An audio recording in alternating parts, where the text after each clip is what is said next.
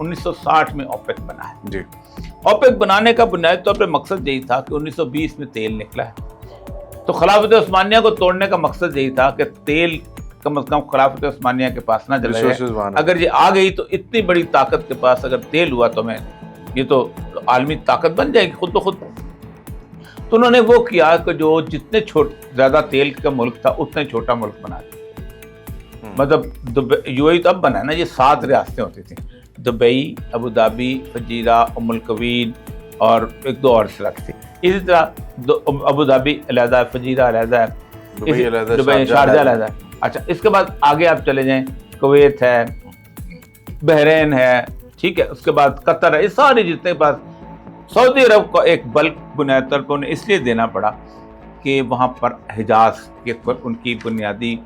تھی مسئلہ کہ انہوں نے شریف مکہ کو باقاعدہ قائل کیا تھا عثمانیوں کے خلاف کھڑے ہونے کے لیے, لڑنے کے لیے, اور باقاعدہ وہ لڑے تھے وہاں پر جا کے انہوں نے مارا تھا. پھر اس کے بعد انہوں نے ریاض کے اندر بھی ان کو ڈیل کی ہوئی تھی, کیا نام ہے, آل سعود سے بھی ان کو بھی, تو انہوں نے ان کو ایک بڑی سلطنت جو تھی وہ ان کو دینے کی بیسیکلی ان کی پرومس کیا دینا پڑ گیا. ورنہ وہ سعودی عرب کبھی کم 4-5 حصے ضرور بنائے, اور کچھ نہیں تو نیچے جو احواز کا علاقہ ہے,